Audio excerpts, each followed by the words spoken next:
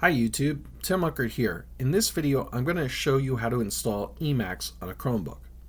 The first thing we want to do is enable the Linux development environment. So I'm going to go over here to my launcher and click on that, and I'm going to search for settings. I'm going to pull up my settings here, and on the left-hand side, I'm going to go down and go to Advanced. From here, I can click on Developers, and then I can click Turn On. And that's going to turn on the Linux Development Environment wizard, where I can click Next, and then I can choose my username or just keep it as is.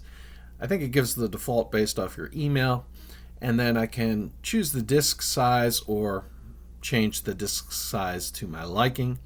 The disk size can be changed later on, but the username pretty much is whatever you pick from the start.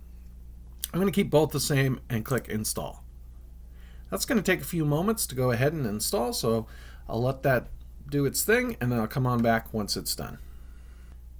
Okay, once the Linux development environment runs through and installs, a terminal will pop up. I'm going to expand this and let me make the font a little bit larger so you can see what I'm doing.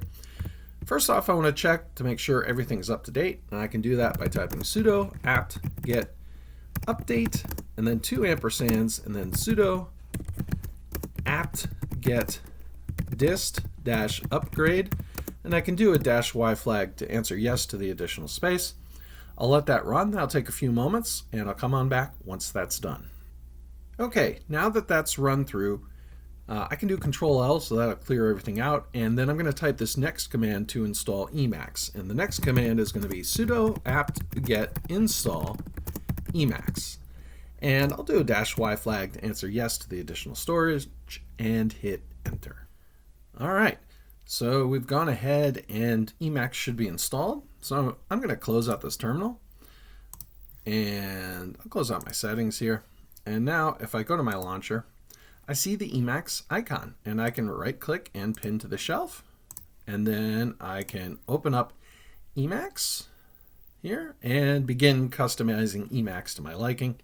I have another video on how to set it up so it has a good default setup if you want to check that out.